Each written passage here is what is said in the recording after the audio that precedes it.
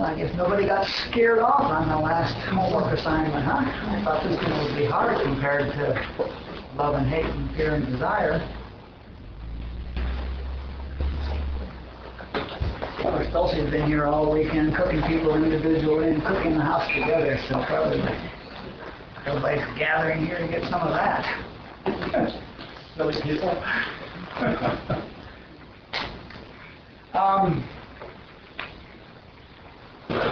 Remind and tell people that are new that we are recording this and it will be put up on the website, and it's primarily for the sake of people who miss a class and want to catch up.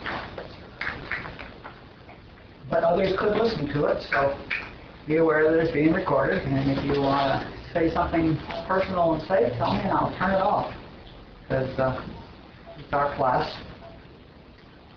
And we have looked at our list. We're working in the section on obstacles to getting free. And Barbara's first claim was that, and I agree by the way, that if you make lists of all the things you love, hate, fear, and desire, you'll have really good lists of the things that are chaining you to your humanhood. And before we get into the fourth dimension, we're going to have to empty those lists. We can't take humanhood in there with us. And then she came up after that to her class, and I'm going to read you an excerpt from this last class to think about this week. And what she said to them was, what are you still clinging to that you get your sense of personal human ego satisfaction and personal worth from? What are you still clinging to that gives you satisfaction, that helps you nullify your script that says you'll never be good enough, that helps you assuage your inner terror, and that will hold you to the 3D world for as long as you live until you let it go? Where do you get your satisfaction about yourself? Better take a look. That's a quote from her in one of her classes. So that's what we're going to look at tonight. Where do we get our ego satisfaction? Were any of those, are there anything that weren't on your list of 4 things? I suspect so. Well, that probably helps you nullify your script so about not being good enough, so these things give you some kind of false sense of good enough. Certainly. Mm-hmm.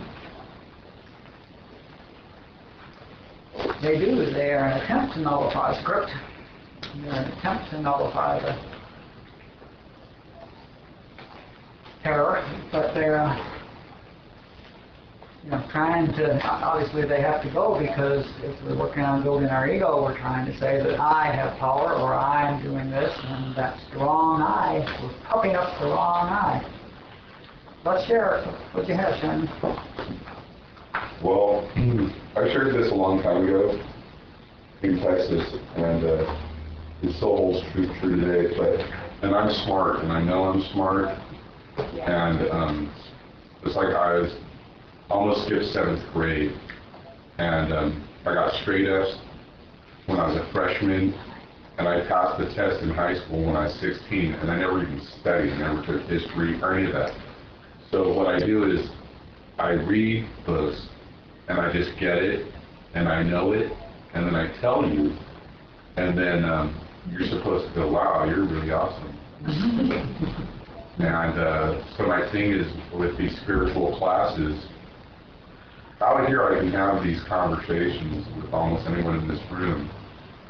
But when I have this conversation out there, I'm the biggest jerk. You think you're a guru, know-it-all, and shut up and go with me.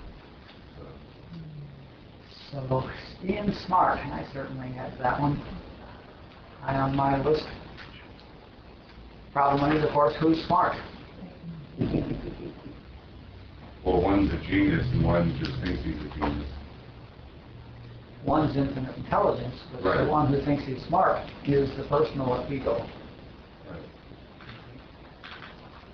When I was doing this, I realized that when I put any of the other things, what made me feel good about proud, okay, cool, I had a negative connotation to that. And I don't know, it really helped me to just say what makes me feel good, or gives me satisfaction, because I don't have any negative connotation to that. So I was able to be more honest with myself. Just by dropping the word ego out of it, huh? Oh. I'm asking you, just by dropping the word ego out of it? Yeah, by dropping all the things that my ego tells me I shouldn't have, or is bad, or whatever. So by just what gives me satisfaction, I was able to broaden my list. I don't know if any of these can stay or not, but it just was really helpful. Just that, you know. I have a lot of them. Being technically correct. How does that support my assumptions? That's the one. Being an effective teacher. Being trustworthy and a loving partner. And then I put in service and action. What you guys want to feel? Let's slow down, because it's an important distinction. The question is asked correctly. What is it that gives you ego satisfaction? What is it that you take ego satisfaction in? It's not what you are. And it's not what you take joy in. And that's when I'm not sure if any of you are joy, but when I got the negative connotation, what my brain tells me I shouldn't have for something, I should do more spiritual stuff. My ego tells me. When I got rid of that, just for me, it was easier for me to make the list. Does anyone? But I want the list to be restricted to the stuff that's ego supporting. I don't know if my ego gets in the way of me understanding what that is. Okay? So maybe I needed some help with that. Okay. What did you have, Christy? Could I, there were a couple on here that were interesting to me. There's a new one. Being able to spot lack of consciousness in others. I love it. And that gives you ego satisfaction. Yeah, it does. I mean, when I get my ego. Most people, yes, certainly. I don't know how many people got the list on, but certainly most people. It's a new one. Good. You know. Good. I get like somebody says, "Oh, you are really smart, spiritual. You're really spiritual." Yes, that's one. And then being really spiritual certainly builds the ego. That's a little contrary, isn't it? Isn't that funny? Boy, it just gets in there. It just finds, oh, it's so crafty. And there was one I was confused about, figuring out stuff. I noticed that when I figure out something even technical and I get it, but I think what I feel is joy is there's no dialogue. That kind of figuring out how to do stuff makes me feel happy. And I wasn't sure that I realized I'm not sure how to distinguish between the two. Joy is for no reason. Joy just bubbles up. Joy is the immediate result of the direct experience of the presence of God. So if there's a reason, it's probably something that's making personal sense feel good about herself. If I could double something, then I just think, cool. That's like, really? Yeah. That's personal satisfaction.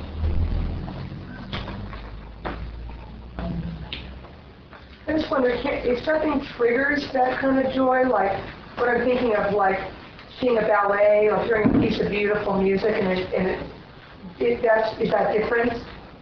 You know what I'm saying? Or sunset or something? Sure. Sometimes there are experiences that will stop your mind. Right. And joy bubbles up. Okay. Invariably when you stop your mind. That's the cork. You know, I think that I'm in the same spot as Adele. I think maybe I misinterpreted your question, because what came up for me was that the personal I, had the belief that I can help anybody. That there's something, some wisdom that I may impart to them that can help them. And I realize that this is human condition. When thoughts dwell on person, place, or thing, then I'm living in the dream. And the reason why I think I do it, what came up was I don't want to look bad, or I don't want to have anybody say anything bad about me. Feeling needed is a false sense of security. Most of the time I am dealing with people's intellects and not their souls. So, I mean, that's kind of like, I know when it's not me, when I step out of the way, but then I also know when it's me, the small I. You know, it's like I can tell the difference. You know, and I really have to keep that in check. You know, like, for instance, if I get a phone call and somebody, it has a picturing of a false belief, it's like, I'm really like, they're kind of checking my intellect for the answer. When I know the difference is when it just comes through me. There's a difference. And so, and what's happening is realizing that I can't save anybody. There is nothing that I can possibly do to really help anybody. But that at times I get this overwhelming sense of responsibility that I can. You know? Yeah. And I struggle with that. Well, you're talking about exactly the split. I mean, the one case is big I, and the other case is personal sense. You know, somebody in you wants the satisfaction of the ego support of helping somebody. It's definitely ego. If you're helping somebody, it's ego. Yeah, that's just, it's a really fine distinction, you know, and it's like, I start saying like, you know what, screw it, it's a waste of my time. Why am I doing this? They will get it when they get it, you know? And there's nothing I can do. Right. And that's seen clearly. But it doesn't feel good, you know what I mean? Yeah. Like I feel, yeah, okay, doesn't, okay. Sure. You're giving up a resistance behavior. Yes. And you've got a part of you that's apparently very quiet. Your kid is apparently very quiet and well integrated, but there's still a trace of that. That's a survival behavior, right? Okay. And you pull out the plug on the fan and it spins down. You sound to me like you're spinning down, and you have to keep very alert. Yeah. Because you can jump in there really quickly. Yeah. But it sounds like mostly an old habit in your case. So it's just a matter of just keep doing it. Yeah. And keep enough spiritual adults in gear to continue to distinguish between the cases and check your motive. And you've got to be present. All of these things, it's a great exercise for being present. I mean, you will mess up and do good as soon as you're not present, because that's sort of the old tape default. Because you know, like I really struggled with starting that kid support group at my house because I was just like ego that just kept coming, and then you know, you had said some things to me and it just kind of like, you know, and so I realize now that having that is going to be, you know, like a laboratory and where I can really keep that in check, you know. Sure, that's I get to exercise. for anybody that's teaching or facilitating, the motive has to be checked continually to find out what it's in, you know. The less you're there, the better the work will be. And you'll discover that, of course, we already know it, I'm sure, but the less present you are, the better work will happen. What do you mean by that? If Christy is there trying to facilitate a kid support group, she's blocking the reason she's doing the work, which is to let the flow through her. You know, the fact is that consciousness wants to be present, and the reason that's happening is because consciousness thinks that there needs to be a kid support group, and consciousness wants to be brought to these people who need support while they're doing this work. And you can let consciousness be there and do that work, or you can show up. You know. I'm kind of having an epiphany about teaching when I hear you two having this interchange. It's very interesting. It seems to me like teaching is removing what is in between me and what I already know. And so a great teacher doesn't have their ego actively involved in telling me something. A great teacher is helping me let go of what's stopping me from knowing that thing, which I already know clearly. Sure. And I find that to be true. I mean, I see that in my own life. I mean, I already know it. I just have put up all these different things to not know it. Well, inside of all of us is infinite intelligence, so of course you already know it. And it applies to other things like abundance. Like, I stopped myself from having abundance for a long time in my life by being so freaked out in my ego about when I was going to have enough, or could I get some more money or some more things or something. And when I stopped caring, when I dropped all concern about that, the abundance just flowed right in because I already had it. Another question. Just a second, Jay, I hand up. You know, on my list, of course, there's a lot that has to do with my participation in Alcoholics Anonymous. And with my satisfaction in it, and I mean, and really, that's the whole way that my ego was rebuilt. And the way that I kind of took a look at this is, if it was removed tomorrow, would I be attached to it? Alcoholics Anonymous. Well, not so much AA, but my sobriety will put that I've got an attachment to that. But all the other functions in it, whether sponsoring people, going to meetings, doing the other activities that I do.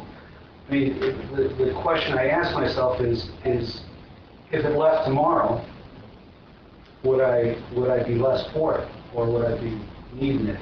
And with each of them, I can say, well, no, I've done my. That's all it is. That's great. That's but still, I mean, that's a real fun place for my ego to go play, and Sure. And I enjoy it. And how about your new work? Same thing. I mean, it's not it's like if I never get to do another experience like the one I had this weekend. Okay, fine. But it's while I'm there, it's really fun to be engaged with all these different personalities and enjoy it. Well, there's nothing wrong with fun and enjoying. That's this has nothing to do with enjoying ourselves and having fun. Mm-hmm. The question is whether you're taking ego satisfaction from doing it, or whether it's part of your, what we might call your God script. Okay. Are you doing it? No, but sure a bunch of fun. Cool. Yeah, that's the right answer. This is, I related to a lot of the stuff that Christy and Adele talked about, but I'm aware of two particular areas that I'm attached to, and one is work, and I'm aware that I'm good at what I do, but I'm also aware that I used to have a lot of script come up at work. And in noticing that, what I noticed was that my script was coming up because my resistance behavior wasn't wanting to show how good I was, rather than doing the work and showing up, and it was what it was. And I don't have script come up at work anymore, and the resistance behavior of trying to look how good I am has dissolved, but I'm aware that I have to pay attention to that because I can go there. I can have to know about, because I think it's a God script, but it can also turn into the flip side of it can be the ego. Absolutely. She said, at work I'm aware that I'm really good at what I do. Cool. Nothing wrong with that at all. The question is, do you take satisfaction from that? Right? And sometimes Joanne and I had the same thing about being a good mom. There's absolutely nothing wrong with being a good mom. The question is, are you stroking your ego behind being a good mom, or are you letting God be a good mom? Okay? Yeah. And what I realize is that depending on how I think about satisfaction, like what you said before about joy, because most of what I do is what Andrew described about developing my team, right? So it's like sponsorship, it's like getting out of the way, or illuminating the path, right? And so there is a lot of satisfaction in the sense that it can be very joyful, but like when you spend time with the sponsee and you know that you've been able to really illuminate some. Absolutely. But there can also be satisfaction if I notice the ego where it's like I fixed them, or you know, I straightened them out, or you know, whatever that might be. You know, so that's the one area, and then the other area is the mom stuff. So it's kind of like, what's my motive? Is my motive to you know, be a guide, or is my motive to demonstrate that I'm doing it right? And sometimes it's about fear that I have that I'm not doing it right, or if I see things going on with Liam that I construe as not being okay, then I think I need to fix it. You know, and the ego for me for a long time was in the superhumanness of all of that package of being a woman who's like so superhuman. And the satisfaction that I used to get a lot was when people said, I don't know how you do it. There was a lot, that phrase was really like satisfying, because it said that I'm like better than most people. That's what we want.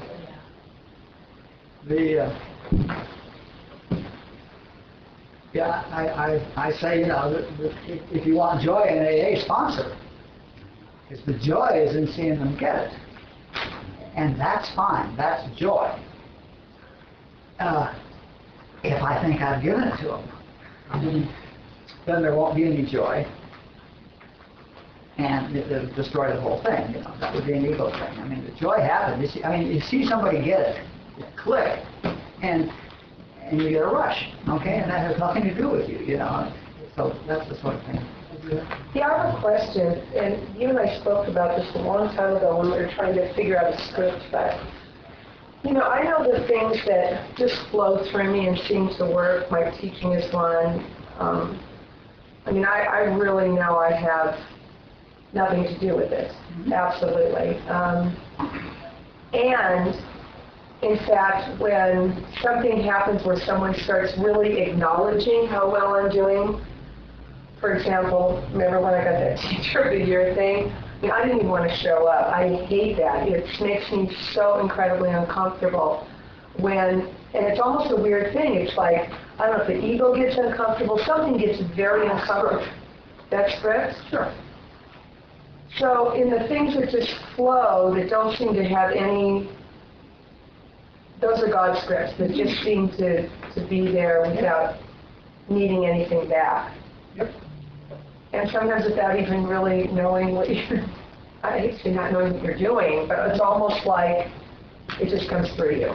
That's right, it does. Yeah. When you're doing God's script, what it is you're here to do is what we mean by God's script for those who don't do the script. But when you're doing your God job, yeah, it's interesting because I don't have to set it up. It's God's job to make all the coincidences happen so that the path unfolds. I have to prepare. Okay, that's my job, is to prepare so that I have the necessary tools to do the work. But God sets it up, and the other interesting thing about it is that it having been set up and me having prepared, then it is effortless and it's harder than hell. It's a lot of work, and the work is effortless. Mm-hmm. And there's no expectation to the outcome. Mm-hmm. It always reminds me, Lee, of you talking about the sculptures that you saw in Italy that Michelangelo had just released certain parts of it and had kind of no clue what the rest was going to be like. It was fine with just what was done there. Like it was just effortless to make this happen, as it was already there. Yeah. You had a question? Well, I was asking, basically, Christy said And I don't know if she's relating to sponsoring people. She says that the fine line there is the intellect, like when they're testing her intellect, right, like her wisdom. She has wisdom, so people come to her for their wisdom, but some people come to test your intellect. That's what I heard her say. Do you remember saying that, Christy? You can rewind the tape. But anyhow, What's the question? well, I was wondering if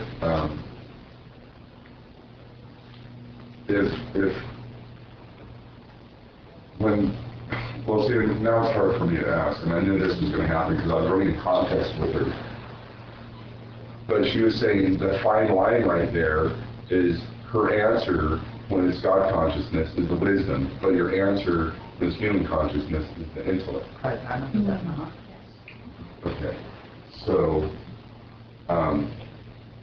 how do, you know, I have a lot of times when I'm sitting in the chair in the meeting, I feel like, oh, they're healing because they're sitting in my consciousness, which is kind of the same thing as me reading my own intellect script or whatever. It depends on who says that. Right. Because she was saying, well, it doesn't feel good, and it doesn't feel good when I... When it's personal sense. Yeah. Right. Okay. Yeah, that's ego. If I'm thinking they're all getting well because they're sitting in my consciousness, then that's ego. If I'm hearing they're all getting well because they're sitting in my consciousness, then that's God speaking. Okay. Yes. What are your preparations? Like you were saying, It depends on what your God script is. If your God script is being an artist, you better learn how to deal with the medium, and you better learn all the techniques, and you better learn all the skills, and you better learn how to buy brushes, and you better learn how to clean them, and you know. And if or you're for a specific career. whatever it is that you're set up to do, you have to take the steps to become the best you can be at doing that. I was thinking more just how to live, wake up in the morning and live for God and not my personal ego. That there were certain preparations that I could take, other than meditating and praying. That was my understanding. Yeah, you might look at Goldsmith's work on protective work and things like that. Yeah. Now, I was talking specifically about God script, and like if you're going to teach, you better have something to teach, even though what you have to teach isn't what gets taught. You to teach, to do spiritual teaching, you have to really know the letter of truth, okay? And you have to really know that you don't know anything about truth. Okay? And then sometimes truth happens. Sometimes it doesn't, depending on whether there's any ego satisfaction happening. I've had some experiences where I've taught classes, and it's like there's something in me, I lose my personal self. And it is like so wonderful. It's like I'm teaching them thinking, good, that sounds really good. Where did I come from? That's what we're talking about. But I do go in there prepared. That's right. And I really Otherwise that love wouldn't happen. when, that... Otherwise that wouldn't have happened. Had you not gone in there prepared, that couldn't have happened. And I had one more experience I wanted to share with my grandson last week. He's 2 years old, and he's the son of my son. And I was in this class with him, and the teacher was asking me to do all these specific things, and he didn't want to do it, and he wanted to just hug me and be close to me and observe. And so what I did is I just allowed him to be who he was, rather than my ego with my son 30 years prior to that would have been very concerned about being a really perfect mother. And this little grandson isn't doing all these things as well as all the other students. And it was such a wonderful feeling just to allow his spirit to express without my ego attached. And whatever, as well as the other students means. Well, the other little boys and girls in the class, they were doing really well.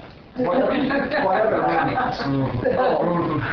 Whatever that means. Right. According to somebody's definition of really well. I have it that your grandson is doing perfectly, too. Oh, and he was, and it was just like, That's what I mean. So how can he not be doing as well as them when he's doing perfectly? well, that's my ego analyzing the whole situation. Who else? I am having so much fun watching all this stuff. I mean, it's just, I crack up all day long. Watching my little ego and watching, it's just so much fun. I've never had so much fun in my life. And I figure whoever's seeing that is just like, it's cool. But it's just such a delight to not be attached to all this. Even when I can see it going, it's like, gotcha. You know? It's just really fun. I've never had so much fun. Yeah. We'll talk about that, I think, next week. We're going to be talking about that kind of thing sometime soon. I don't know when yet, but it came up. It's really interesting. It's a good place. That's a peaceful place to be, isn't it? Peaceful is the word behind that. Who else? I relate a lot to what's been shared. I feel like my primary experience, 90% of the time or something, is in the joy of watching it all, watching it all unfold, watching God as Joanne be that mom, be a mom, or homeschool my kids, or not react to situations that I would have reacted to prior. And then there's certain areas where it's like a temptation to react, kind of like what Marianne was sharing about, where I'll notice that one trigger might be that I'll notice that I have a strong opinion or a judgment, and then I'll know that my ego's been activated. I'm no longer just in the joy of watching what's happening with my life. I'm thinking it looks a little bit better than yours, kind of thing, or it seems to be working a little more harmoniously than yours. And then I'll feel a sense of ego there. So I guess the work for me is just to try to be aware of that, and when that's happening, to get back into truth, to get spiritual adult back on the field. Although knowing, seeing that your life is working more harmoniously than somebody else's, maybe a correct evaluation. If you think that says anything about you personally, then you're Okay. So not always. I mean, some of us are further down the path than others, apparently, Right. so to speak, as it were. Right.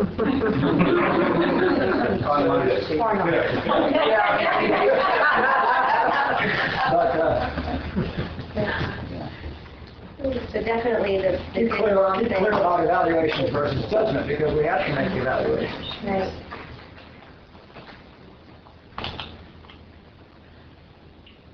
So the three big ones would probably be, the three big temptations would be about being a good mom, being smart, and being the top producer in whatever the category is. And being spiritual. Steve and I used to have big long discussions about that. No, I think I'm just a little ahead of you, honey. Yeah. But don't worry, you'll get there. Yeah. And he'd laugh. As soon as I give you a couple of pointers. Right. Her sisters would say, "Doesn't that bother you?" I said, "No, not at all. I'm just waiting for her to wake up."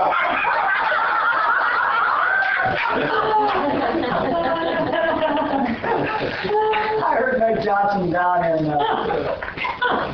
Atlanta. She was talking about her revelations on the mind, and the comment was made that she said, this may not be exactly quoting Joel because this is my own revelation. And she said, in fact, there are some infinite way teachers who won't agree with me. And she's quiet for a second. She says, but they haven't had it revealed to them yet. A lovely, precise evaluation, and there was no ego in that. That was a cool thing to say, but she said it so sweetly. So, does anybody take any satisfaction in what you know? A couple of you said so. Yeah. Oh, yeah.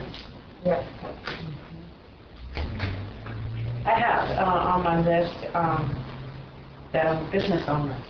Mhm. And a woman business owner. A woman business owner that started with no money. Yeah. And people come in and they say it. Mhm. And then every once in a while I go, yeah. Well, yeah. You know. And since I've been doing this work, and I've heard that, you know, if you just, and I had somebody in AA teach me this, if someone gives you a compliment, that in your mind you can say, well, thank you, God. That you can just give it back. And then you don't have as much temptation. Or you don't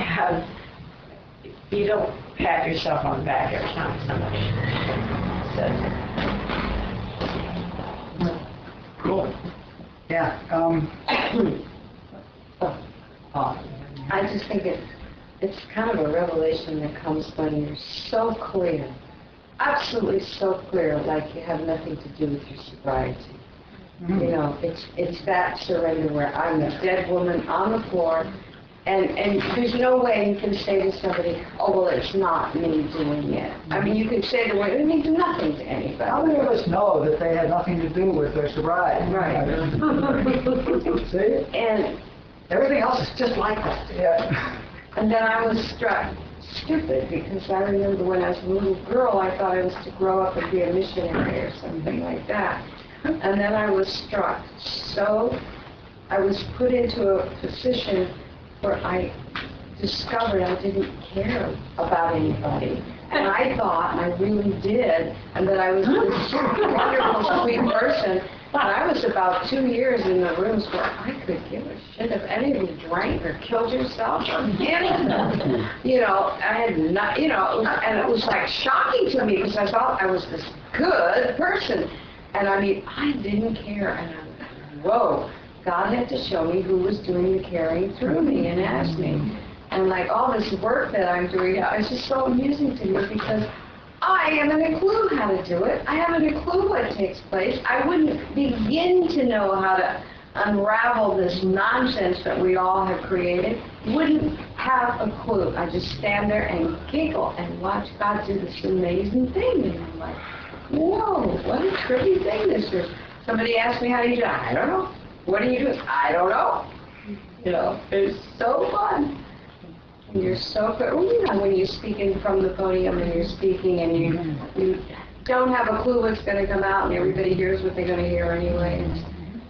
I think that's where we're trying to get with everything in our life, you know, not just sobriety and speaking from the podium and letting God speak through us, but I think that's little by little. God, would you look at God doing that? And that's what he did. Oh, he did that through me. What a strange trip. How did he do that? Yeah. Well, that's what this game is about. See, these are the places in which that's not happening yet. That's what this is. I find this really interesting. Once you really look at this, you realize how much time you spend in your life trying to support your ego. I mean, it really is interesting. I've done that my whole life. It's all been about this supporting the ego.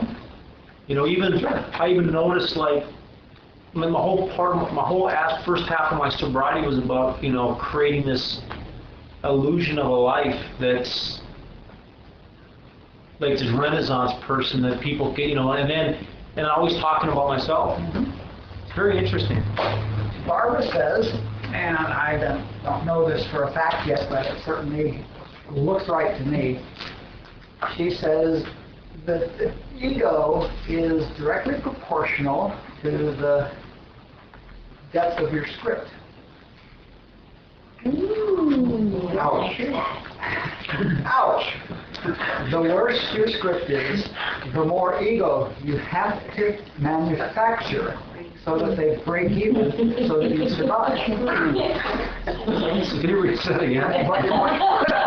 What you're saying is, before you got to this work, you were in a lot of script. Yeah. Oh, you know, I never spent all your energy supporting and building your ego, right? Oh, yeah. Because that was the only thing that allowed you to not suicide. Yeah. because your script was so intolerable. The script that you were trying to hide by fortifying your ego. I really like that. I think that's true. I mean, you all got the same click I got. Everybody's eyes got, whoa. And it's got to be exactly matched. You know, there are things like that that are true. You know, your ego has to be the same size as your script. If we're smaller, you're going to off yourself. If we're bigger, you explode. And even going into spirituality, it's so funny how you gravitate towards knowledge, and then the ego pops in there and trying to gather all this knowledge so that you can be superior to other people and you know, so interesting. Anybody with more than 7 years of college? Raise your hand. What did you say? Anybody with more than 7 years of college? I mean, you know that's I have a question about what Joanne kind of just said, that can you just love learning for the, I mean, I feel like I love learning just for the love of learning. I don't have to get a degree but I just love learning, and so that's a different thing. So do I. Okay. So, yeah. Well, I thought we were just talking, so only when the ego gets involved saying that I need this PhD to hang on my door, and that's why I'm learning, that's when the ego gets involved. But just for the love and joy of... Yeah, if you love PhDs, it's probably a different thing than how you love learning. But it even depends how you use the information, because I've seen myself use information to make people small, or talk word, like even at work I'll use acronyms and stuff, and I know when to use them in the right scenarios and to gain power, because they don't know what those acronyms are, and then... Sure. Let them know their place. Yeah, exactly. But for example, suppose your God's script is to teach quantum physics at the university level. Hadn't you better love learning and get a PhD? See, suddenly it's just part of preparation. Got it. Suddenly it's just part of preparation. There was a hand over here from somebody who hasn't shared yet. Right before you said that about the depth of the ego is equal to the depth of the script, I was thinking about, is it possible to have different times where you feel, and I guess it's dependent on this, whether or not you're in script or not, but where you have periods where you're not, where at least for me, not as attached or aware these have nothing to do with me, and the other times, even further down the road, where you do feel that, the attachment or the ego, and it kind of ties it all together when you just said that about script. Yeah, we're cyclical as we can be, sure. Until your script's completely torn up, there's going to be ego-fortifying experiences. Would be the conclusion we would draw from that. We are going to need to sustain our ego until we're script-free. Is it helpful?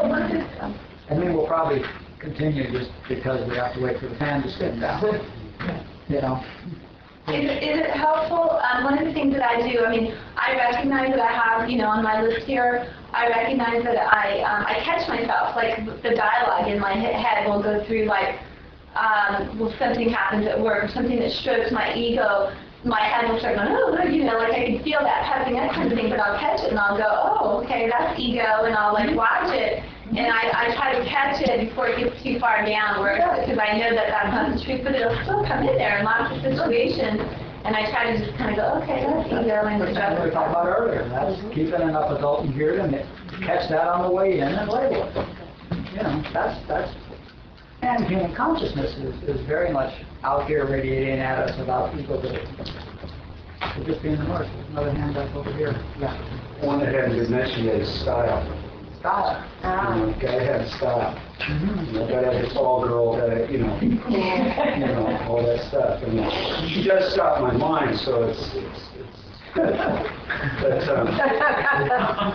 But that's a real ego-driven thing for me, and just all the other things I tack on to it. Good. Well, I've got a fun one that just popped in. David Hawkins, in Sedona. Okay. Well, I love to tell people that I lived next door to him for 7 years. And I want you to know, I had one conversation. The total existence of my exposure to him was knowing you, I didn't know who he was at the time, but nor did he. He was doing his recluse and wouldn't speak to anybody, but I lived next door to him for 7 years. I've only saw him once at the well when our well stopped, or our septic tank or something. We shared the same shitter, I guess. But, I mean, so there's an ego thing, Oh, yeah, I lived next door to him for 7 years. That's that's too much fun. I'm not giving that one up. Who's that? Who was that? That's good. Isn't this analogous to the topic of humility in AA? Oh, yeah. It's really the same thing. I had to develop a really big ego to survive. Yes. And so the program is about Feel even with anybody else, to even feel even. Yeah. We had to have something to think we were worthy of even staying around, But do you love that when the speakers say, I was supposed to speak about humility tonight, but I like a much bigger audience?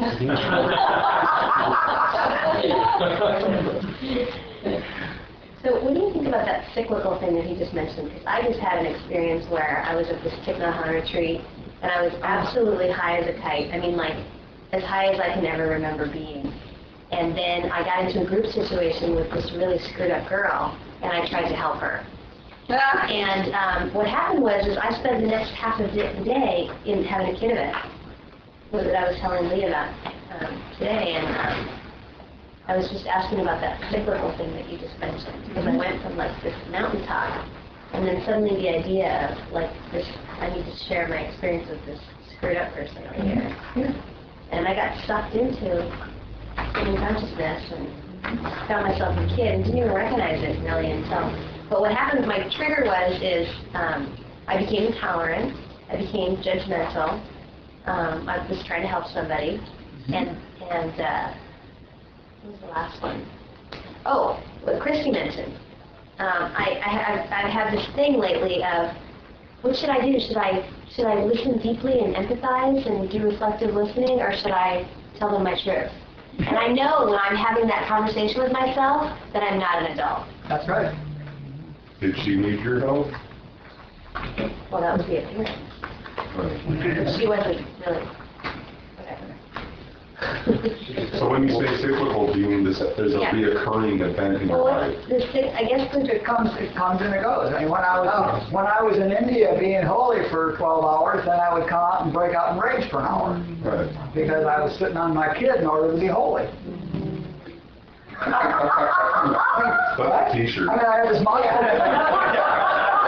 I got this monster kid inside of me, right? And I'm meditating and doing Tai Chi and doing this and doing that and being holier than hell, and I'm in a spiritual community and all this, and the only way you can maintain that for 12 hours is just squarely on your kid's head, And he broke out, of course, when the last thing finished and the rage bubbled up. Does anybody have anything on their list that nobody else has mentioned yet? Being honest. Yeah, good one. You're much more. I have not needing anyone or anything. I don't know about that. You don't need anybody in your spirit. Absolutely. I have one. It's kind of been mentioned, but not exactly in the words that I hear. Approval and attention from other people. Mm-hmm. Yeah, we all. I mean, that's the whole thing. Is we all take ego satisfaction in getting. It's very common to take ego satisfaction in getting approval from people. We solicit it. I had something on my list, and I just had relationships, and then when I thought about it, I thought it was more sort of a clickiness that I get. It's a certain kind of relationship that I get ego satisfaction from. It isn't just relationships, I get joy from that. Like what, feeling popular? Yeah. Associating with the right people. Like all of you. Say it right. Being seen with the right people. Right. That's good. We're doing spiritual work. Yeah, absolutely. Absolutely. That's a killer. Cool. The right important people accept you, and you let others know it. Oh, I had dinner with. Next door to Hawkins. Yeah, I live next door. I live in Forest, yeah, that stuff. Well, that's, my thing is having this group, this the elite group in my life, and I take joy in that. Yeah, I take joy in that. But, you know, my close friends that know about, you know, who's my mentor or the people I hang out with, then, you know, they don't, there's no satisfaction in telling them that. That's why we have that chapter on secrecy. Right. And that's why, if they're not ready to do this work, then they're only ready to tear it down. But I want to like wear a green beret in here and just be Rambo and be like, you know what, I'm just getting armed with where I can go out there and have the joy that I get from coming in here and then wear that same suit out there. Well, that's the goal. That brings up the next topic, because you hope that you'll get that. Right. Yes. I just realized one more thing that nobody's mentioned is that I've gotten a lot of ego satisfaction from being different, being unique and interesting. You know, like I'm Irish, and I lived in the Middle East, and I was there for the Gulf War, and I can speak some Arabic, and I can throw you all these things that are a little bit unusual and special, and makes me special and unique, and you're going to find me very interesting. Yeah. Got to keep in conversation for a while. You know, it's all sort of myself apart from my oneness. Yeah.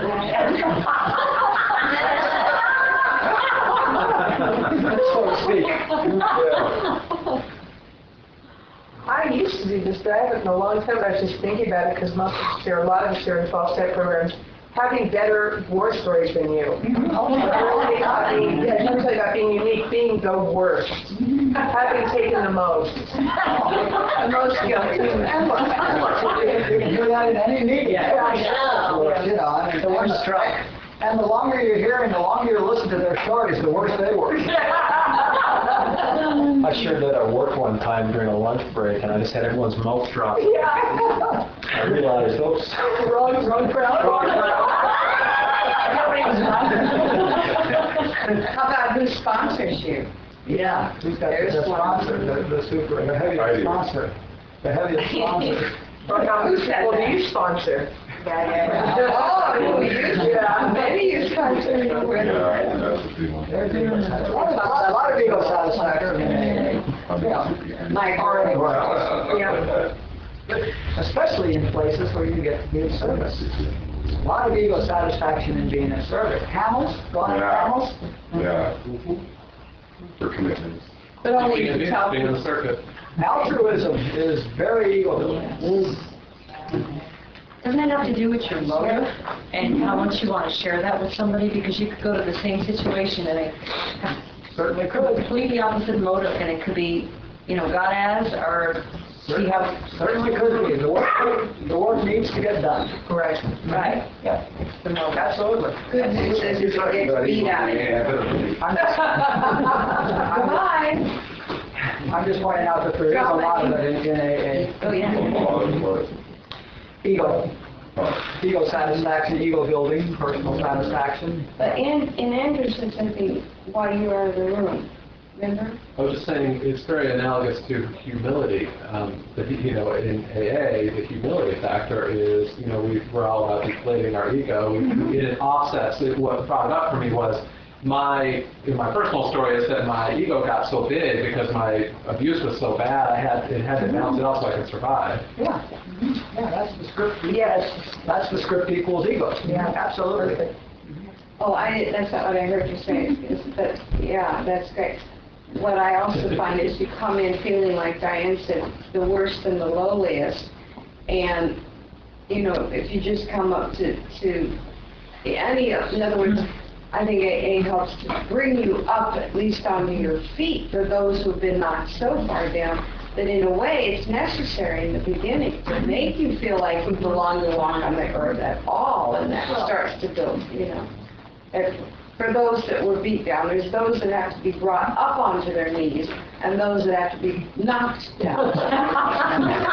And you have to know which one you were. You know, you were either an Al-Anon and an overeater, or you were an alcoholic, and there were, you know, same kind of personality types, so to speak, generally. But I was one that had to be brought up onto my knees to think God would even bother to listen to me at all. You know, that I was even worthy of any of it. So it, yeah.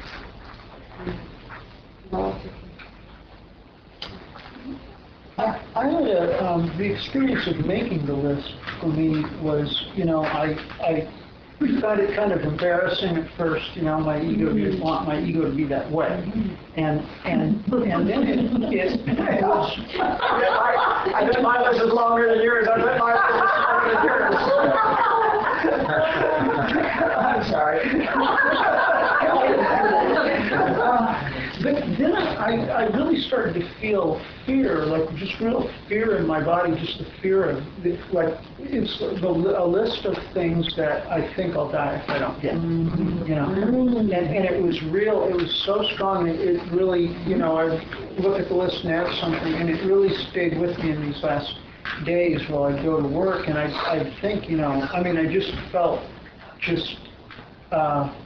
I felt removed from it during the day, but I'd look at the list and just feel how just tied to the meat wheel, you know. And it, you know, I mean the list of things that those ego gratifications, you know. I mean, to you know, doing it, it wasn't like, I thought it'd be sort of like, I would feel like, oh, this is so silly, you know what I mean? I didn't think it would be. And I was just looking at this list of things that I believe I'll die if I don't get, you know, once I have them. You know? Are you saying material or like food? Air? The list we're doing this time of yeah, no, I mean, because I could, you know, okay, here are things that if I don't get these ego gratifications, then my scripts will be read, and you know, and. Right. I mean, I wasn't thinking I'll die, but the feeling in my body, there was real terror in there. Just looking at these simple things, you know, I was looking like, if I don't get praise, I'll die. It's something things, you know, my kids think of my small eye. Let's move on to the next topic. We got one or two more topics that I want to do in this, and then we'll move into a whole other arena. But I think this is so good to see what's holding us back. The next question is hope. What gives you hope? What do you have hope for? Okay. Now, what's wrong with hope? It doesn't happen. You're not right there. Fantasy. Well, that's one thing, but there's hope. What's in the future? Expectations. Yeah, it's the future. That's exactly right. It's in the future. What's wrong with hope being in the future? It tells you that now is not okay. You're not in the moment. Psalms 23:1. Which is, That you don't have now. That's the point. Just like supply. If I think I'm going to get something in the future, what I'm really thinking is I don't have it now, and therefore I'm manifesting not having it. the one cliche I don't like is everything's going to be okay. Yeah. And I know everything's going to be okay. Okay.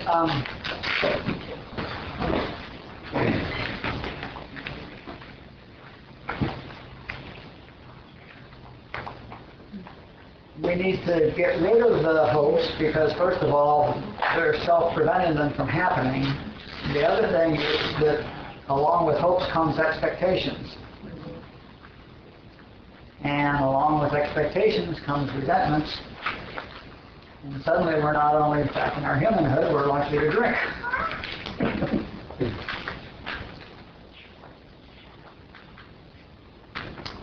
And somebody mentioned fantasy scripts.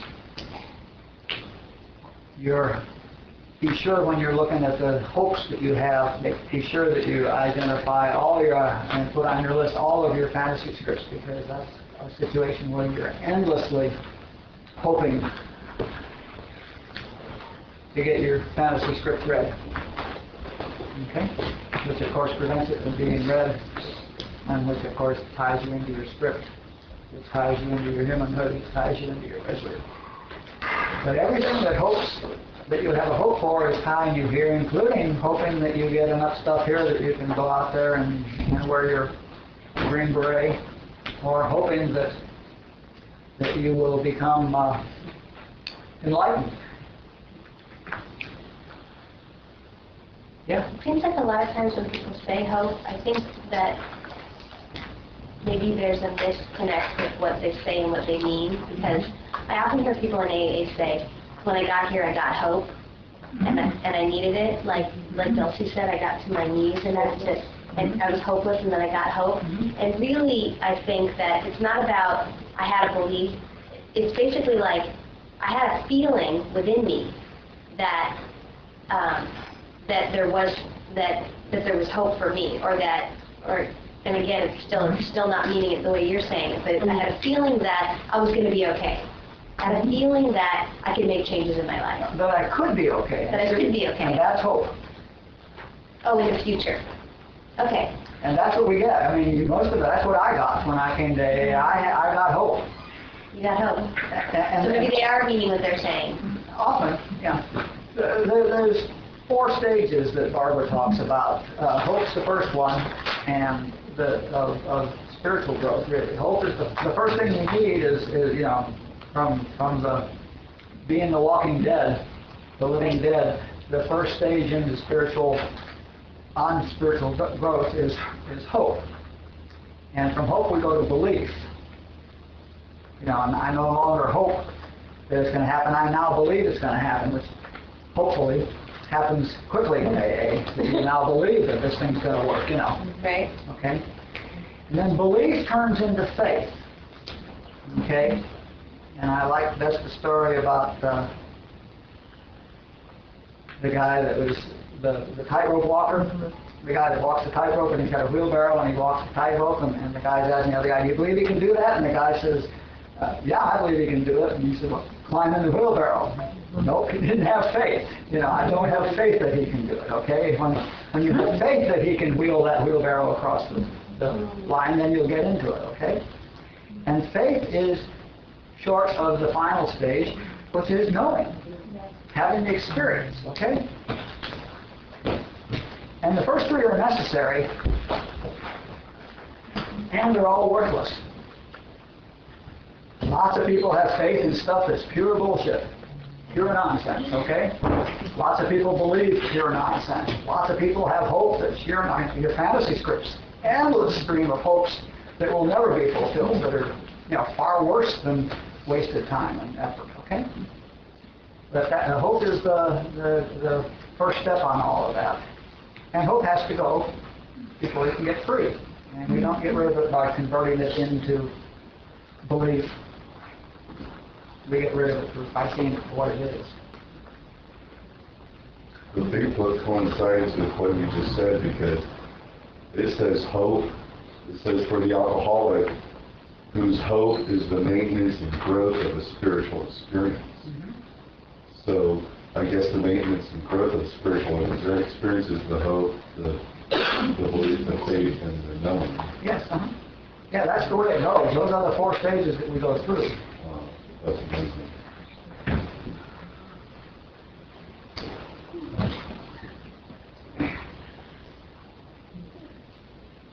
You want to say anything else? We got time. I have all the time in the world. One of the Infinite Way teachers, Mary Hunt, for years, she would put up, and as you walk through the doorway to every one of her classes, was abandon all hope, ye who enter here. Sure. Because people come hoping, it's spiritual, they're hoping you.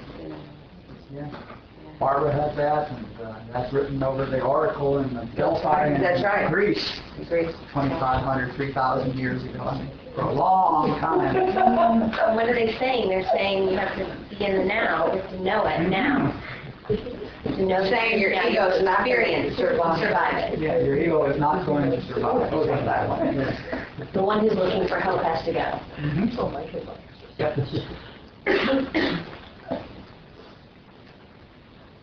You mentioned those phases that Barbara talks about, and the Walking Dead, and I think the second one is the just the knowledge or the student learning, kind of the knowledge. Well, that's Joel talks about the past. First, it's talking about the prodigal son.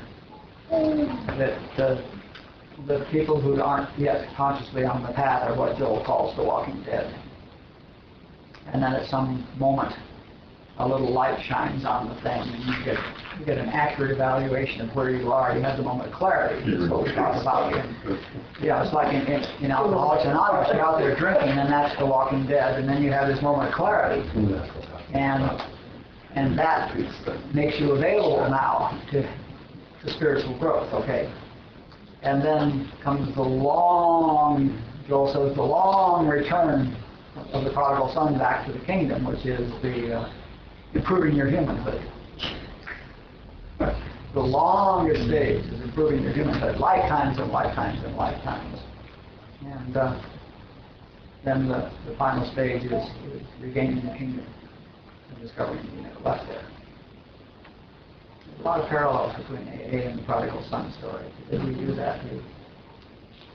We're the walking dead, and then we have the moment of clarity, and then we start working in steps and trying to improve our humanhood. And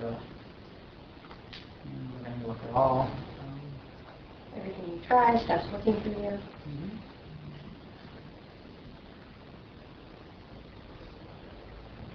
And then we say, is this all there is? Right. And that's our second moment of clarity, and we wind up here. Trying to improve our humanhood. Right. Let's get quiet.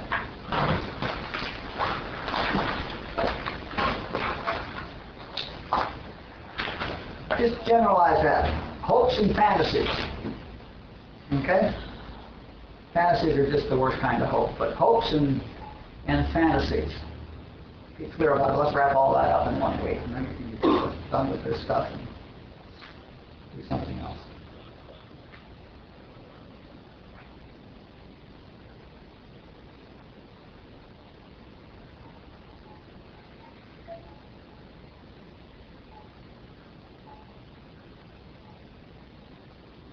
Okay, thanks. Love you all.